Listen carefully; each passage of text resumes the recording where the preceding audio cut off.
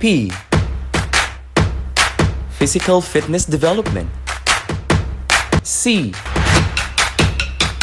Conditioning and strengthening. G. Go to a healthier PCG. PCG Workout Challenge.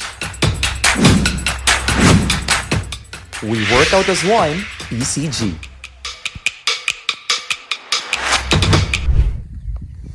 Good day, Coast Guardians! This is Lieutenant Commander Alcaraz, the Acting Commander of CGSSO. We did a great job from our past workouts, maintain the high energy for our day 5.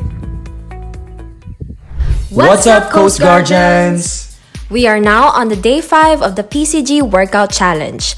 Let us start with a quick full body warm-up routine before the main workout. By the way, our workout target for this day is hip mobilization and core strengthening.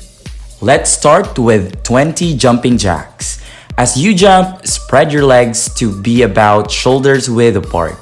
Stretch your arms out and over your head. Jump back to starting position. Repeat. No modified version of this warm-up exercise for this day. This exercise is good for warm-up for the whole body. Next, 10 repetitions of wrist rotation, clockwise and counterclockwise. Clasp your hands together by locking your fingers loosely and start rotating your wrist. Keep rotating in 10 repetitions, then rotate to the other side.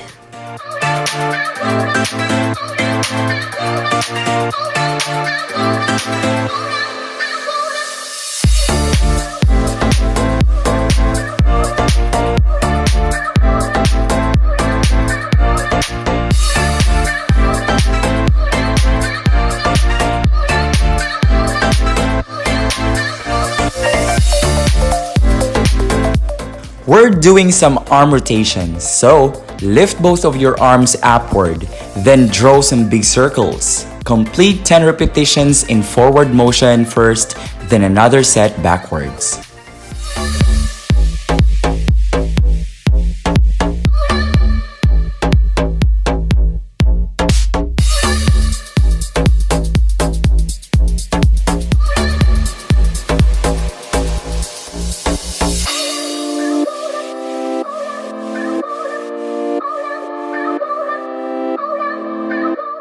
Now, time to do some hip rotations.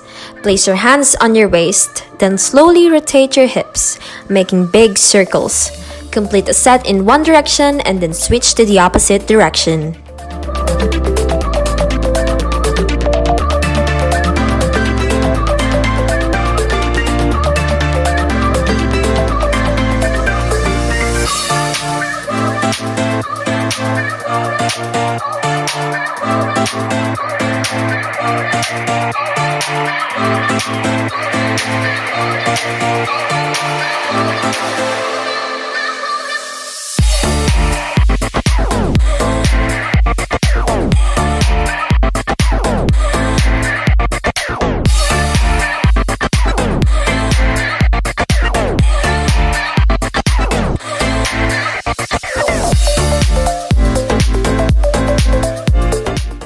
Next, side lunges with step. Start standing tall, feet hip width distance apart. Take a wide step out to the left. Bend your left knee as you push your hips back. Push off with your left leg to return to standing. Perform alternately in 6 repetitions.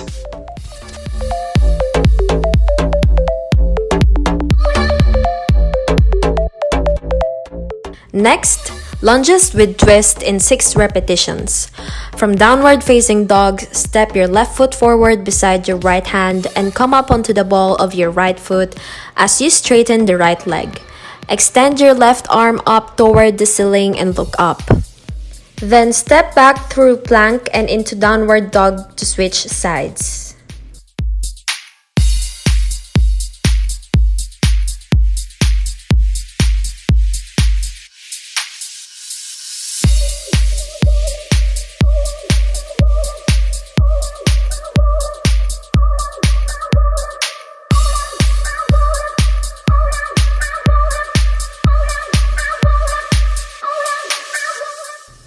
We are down to our last warm-up exercise. Let us do inchworm in 3 repetitions.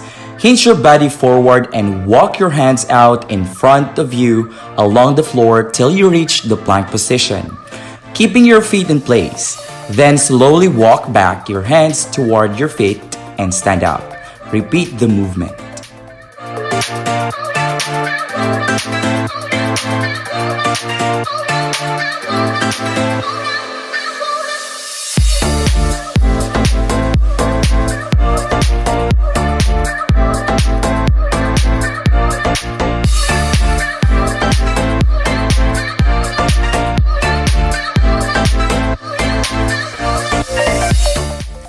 Great work, Coast Guardians!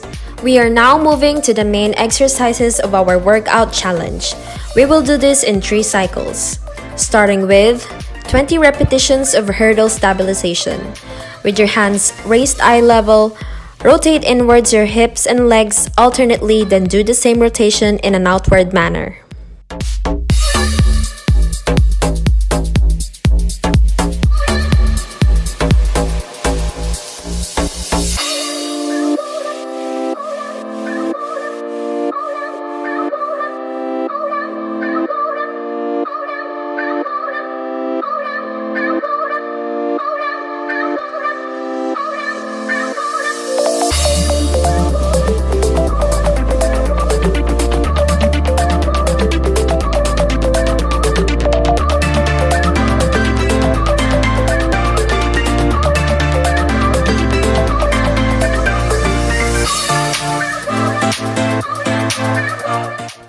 Next exercise is 30 seconds wall quarter squat toes up.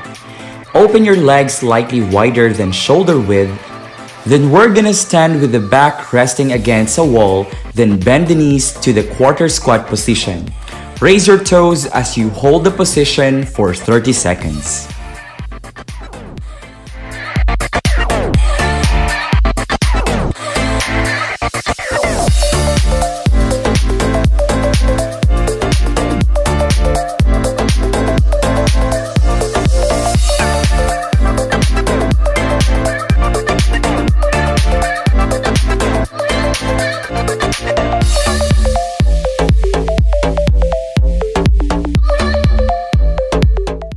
Next up, dips in 10 repetitions.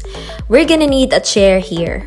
Place your hands on a chair behind you with your feet together and flat on the floor with knees bent.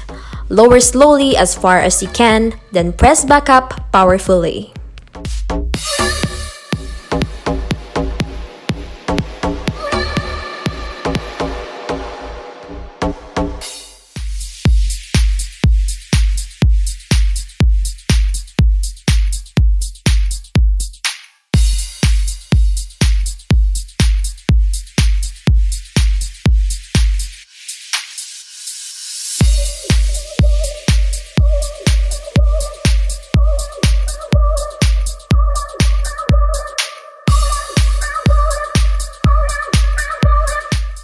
Our next main exercise is back lunge in 10 repetitions. To start, take a long step backward, bending both knees and landing on your toes. When your back knee is about 2 inches off the floor, reverse your motion and return to the starting position. Switch legs and do the same to the opposite side.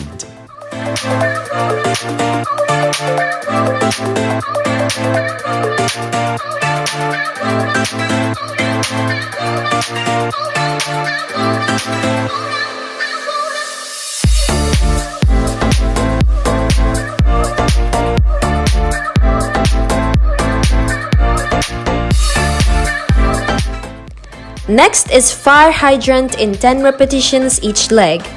Get down on your hands and knees with your wrist under your shoulders and your knees hip width apart. Keeping the knee bent, raise one leg up and out to the side until it's level with your hip. Return to the starting position, repeat, then switch legs.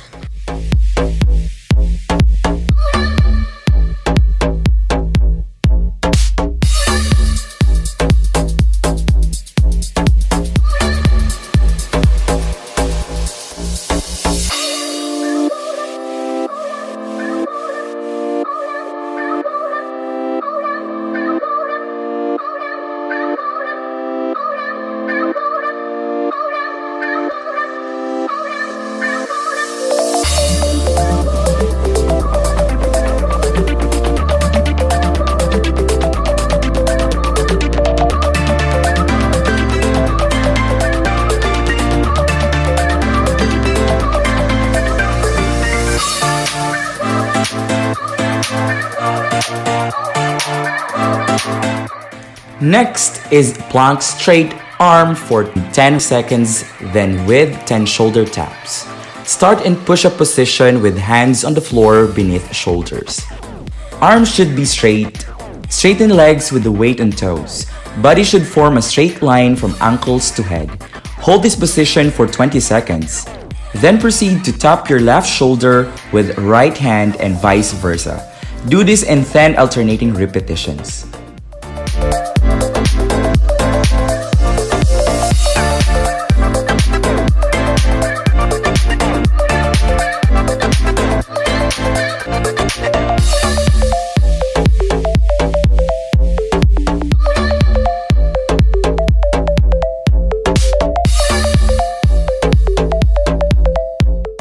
Next exercise is frozen leg raise for 10 seconds. Contract your abdominal muscles and core slowly and lift your legs up to an extended position at a 45-degree angle with your torso.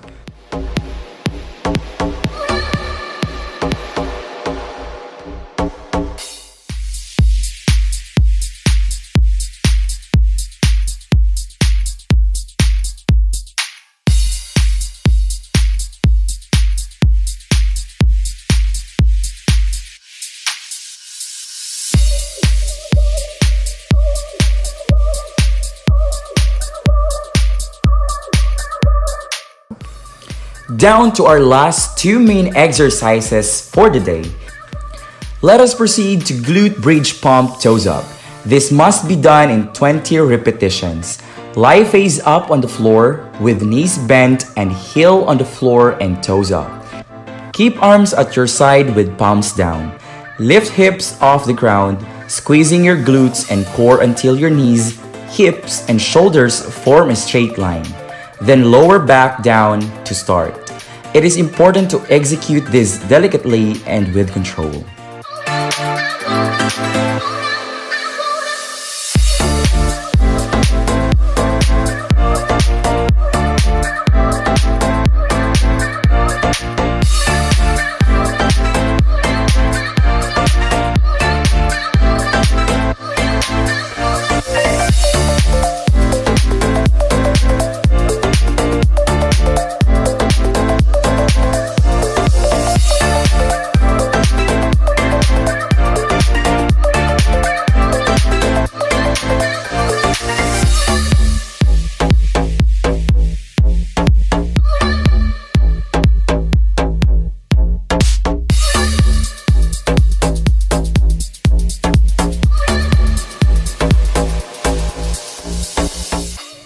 And for our last main exercise for the first cycle of our workout challenge, 5 slow-mo leg lowers. Lie your back on the floor. Keep your legs straight upwards and together and keep your lower back flat and controlled. Lower your legs toward the ground slowly.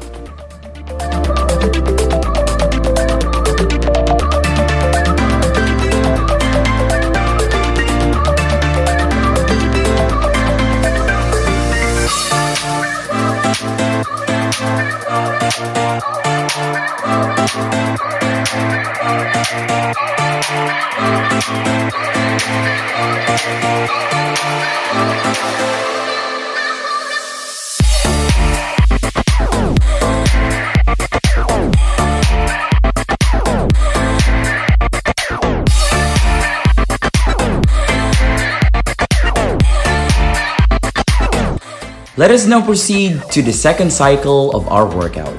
Let us do the second cycle of the hurdle stabilization. Remember to execute this exercise with gradual movements. This exercise helps to keep stability in the hip joint and improve blood circulation.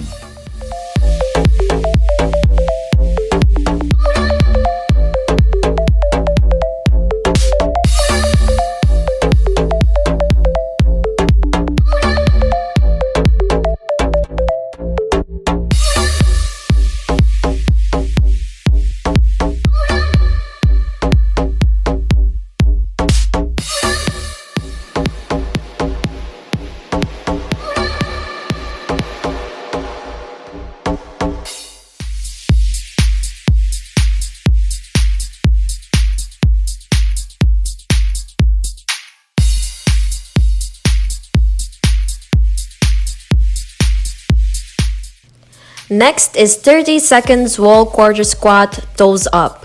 Remember not to let your knees go past your toes. This is a great way to build strength and endurance in your glutes, calves, quads, and even your abdominal muscles.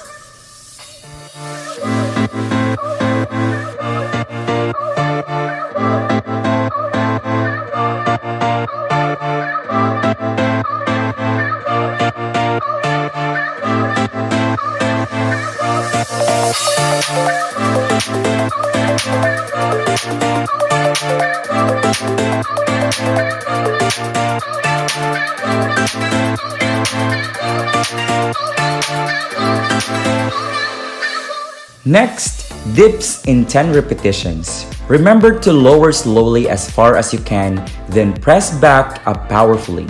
This exercise is a great compound body weight exercise that adds real mass to your triceps.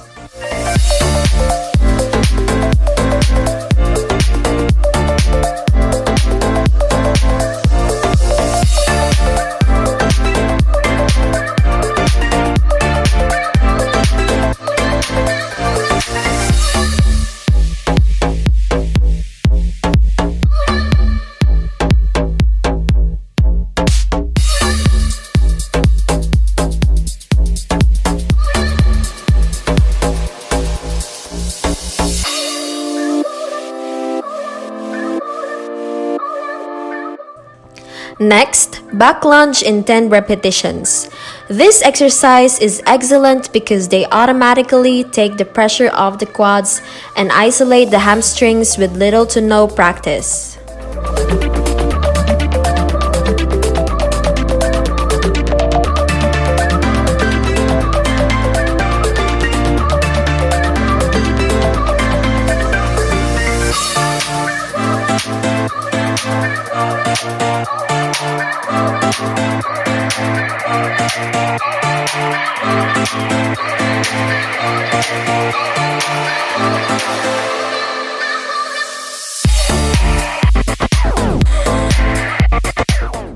Next is fire hydrant in 10 repetitions each leg. This exercise targets the outer glutes, core, and hips. This is a great exercise to tone and firm your butt and thighs and strengthen the hips and also to tighten your core.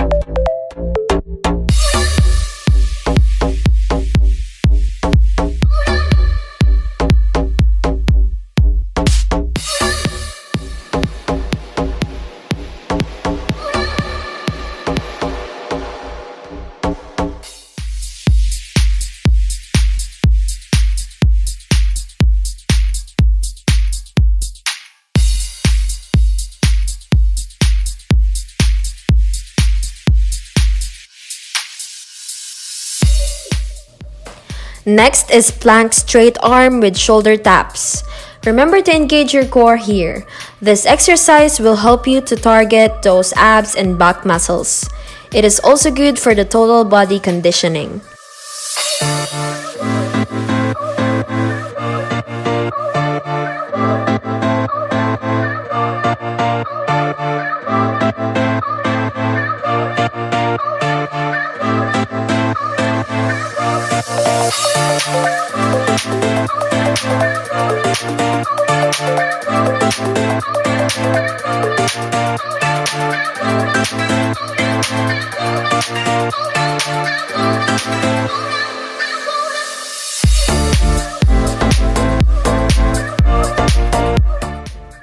Next exercise is frozen leg raise for 10 seconds.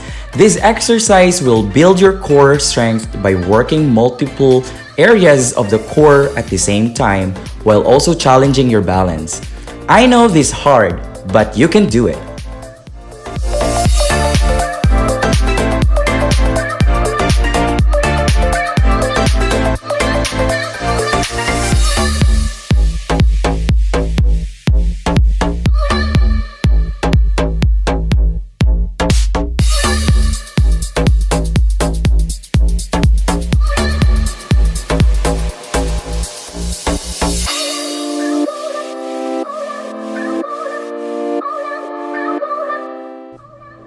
Next is glute bridge pump, toes up in 20 repetitions.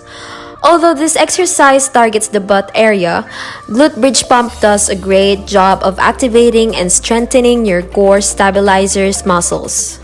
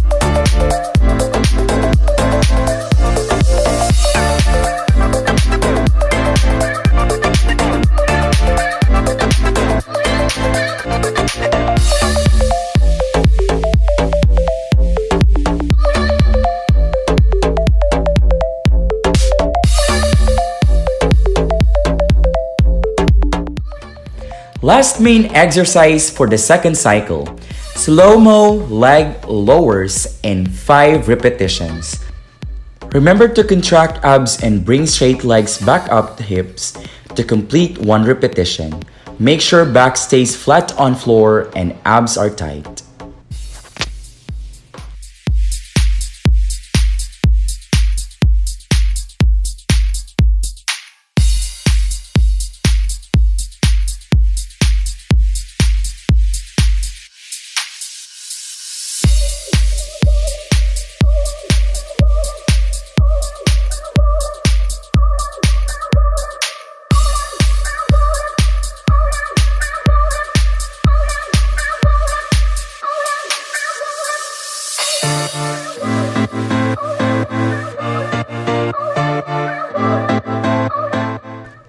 Let us now proceed to the third and last cycle of our workout. Come on, Coast Guardians, don't give up, you can do it. Let us do the third cycle of hurdle stabilization. Remember to execute this exercise with gradual movements. This exercise helps to keep stability in the hip joint and improves blood circulation.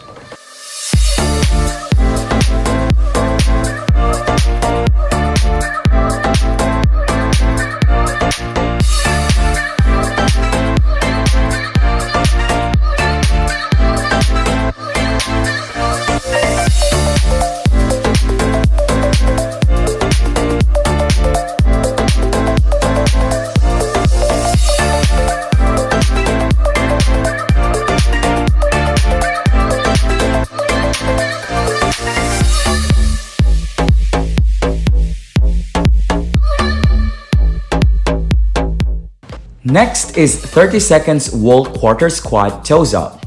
Remember not to let your knees go past your toes. This is a great way to build strength and endurance in your glutes, calves, quads, and even your abdominal muscles.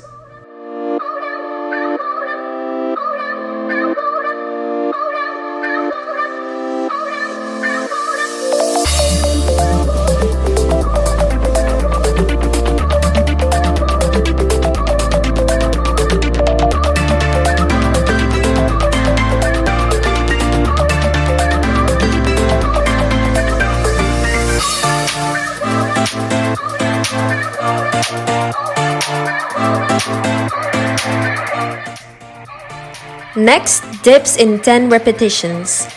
Remember to lower slowly as far as you can, then press back up powerfully. This exercise is a great compound bodyweight exercise that adds real mass to your triceps.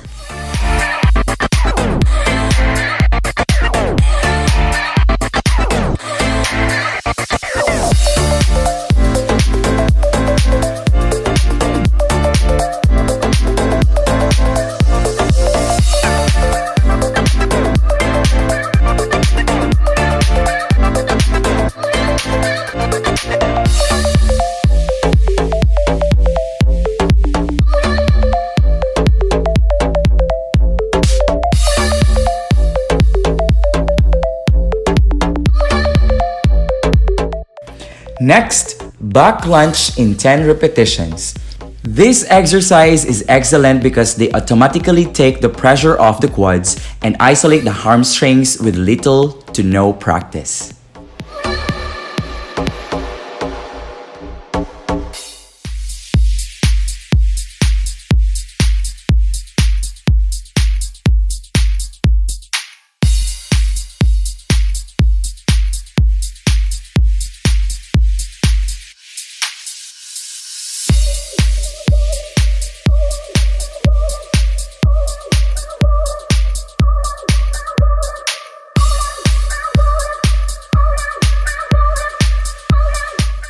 Next is fire hydrant in 10 repetitions each leg. This exercise targets the outer glutes, core, and hips. This is a great exercise to tone and firm your butt and thighs, strengthen the hips, and also to tighten your core.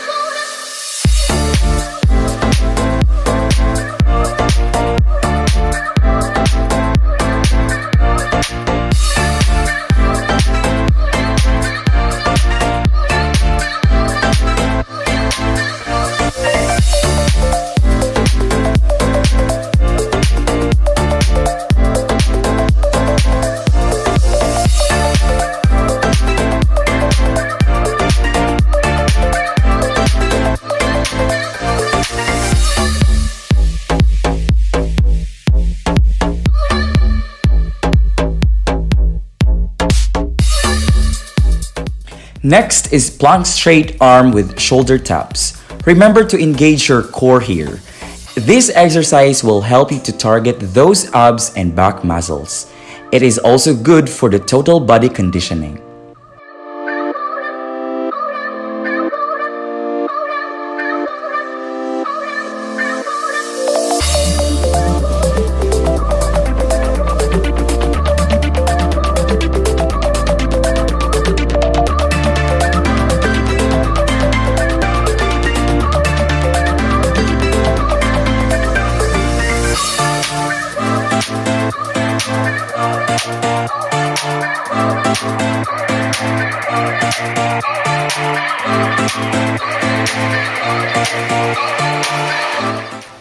Next exercise is frozen leg raise for 10 seconds.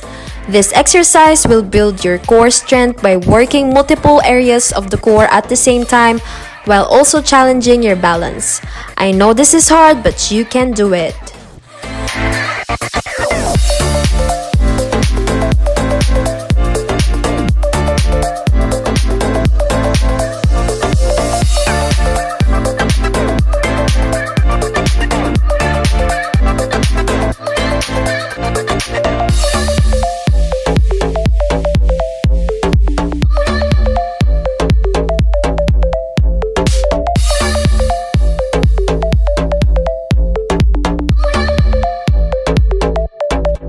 Next is glute bridge pump toes up in 20 repetitions.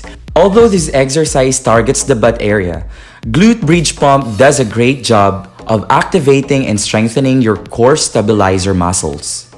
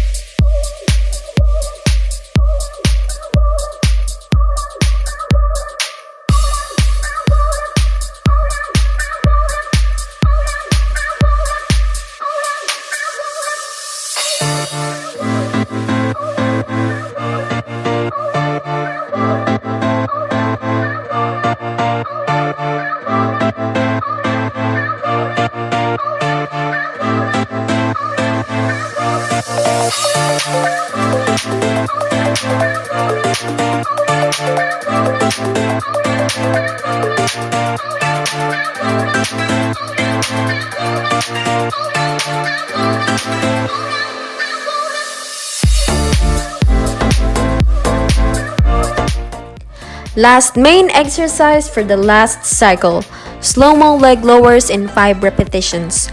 Remember to contract abs and bring straight legs back up to hips to complete 1 repetition. Make sure back stays flat on floor and abs are tight.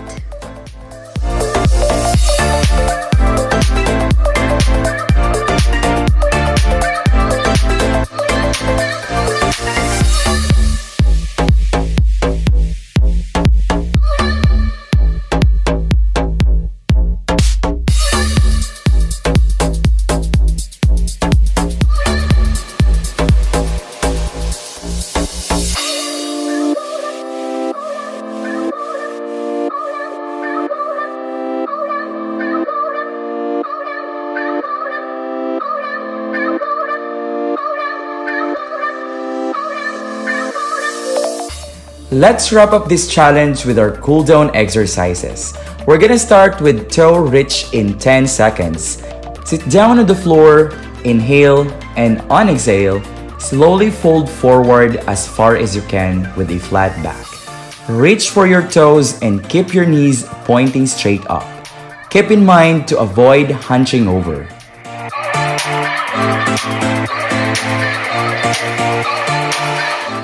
Next, seated straddle, middle, left, and right. Sit down on the floor with both legs straightened out in a straddle position. Then slowly fold forward as far as you can. Place your hands on the floor in front of you. Hold it for 10 seconds. Then switch on your left side, reaching for your left leg and toes for another 10 seconds.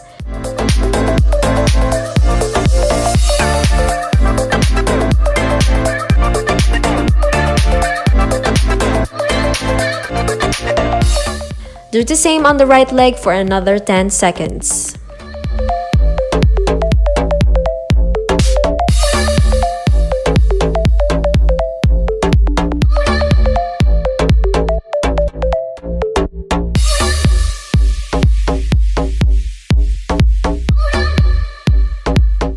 Next, figure of 4 for 10 seconds each side.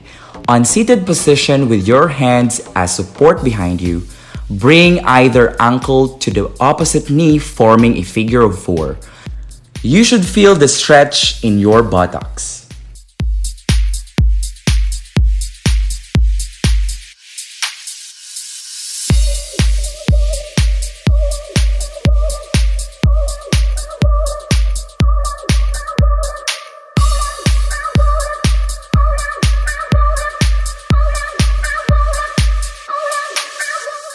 Next, hurdler stretching for 10 seconds each side. From a seated position, move one leg stretched in front of you and the other leg bent behind you. Bend forward and hold the extended leg as far as possible with your hands. Then switch to the other side.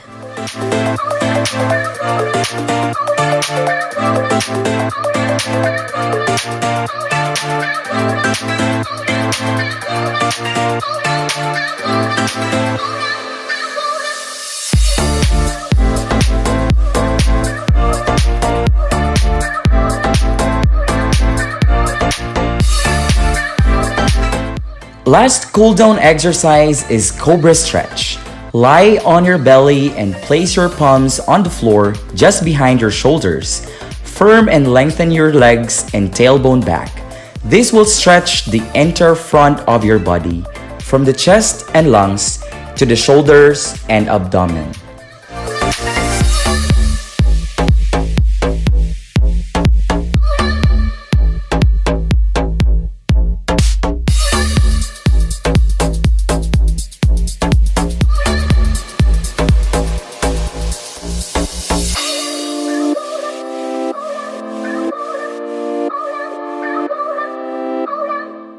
And that's the day 5 of PCG Workout Challenge, and you did it! I hope you enjoyed this another day of workout. Rest up and keep going with the rest of the schedule. This PCG Workout Challenge would not be possible without the guidance of our Commandant, Admiral George V. Sabia Jr., the support and generosity of Commander, Coast Guard Human Resource Management Command, Commodore Juan Manuel D.F. Ramos Jr., and the opportunity given by the President of the Philippine Coast Guard Officers Club, Rear Admiral Ronnie Hill L. Gavan, to take part in their endeavor in the stress management program of the Philippine Coast Guard. Thank you for participating and see you in our next video.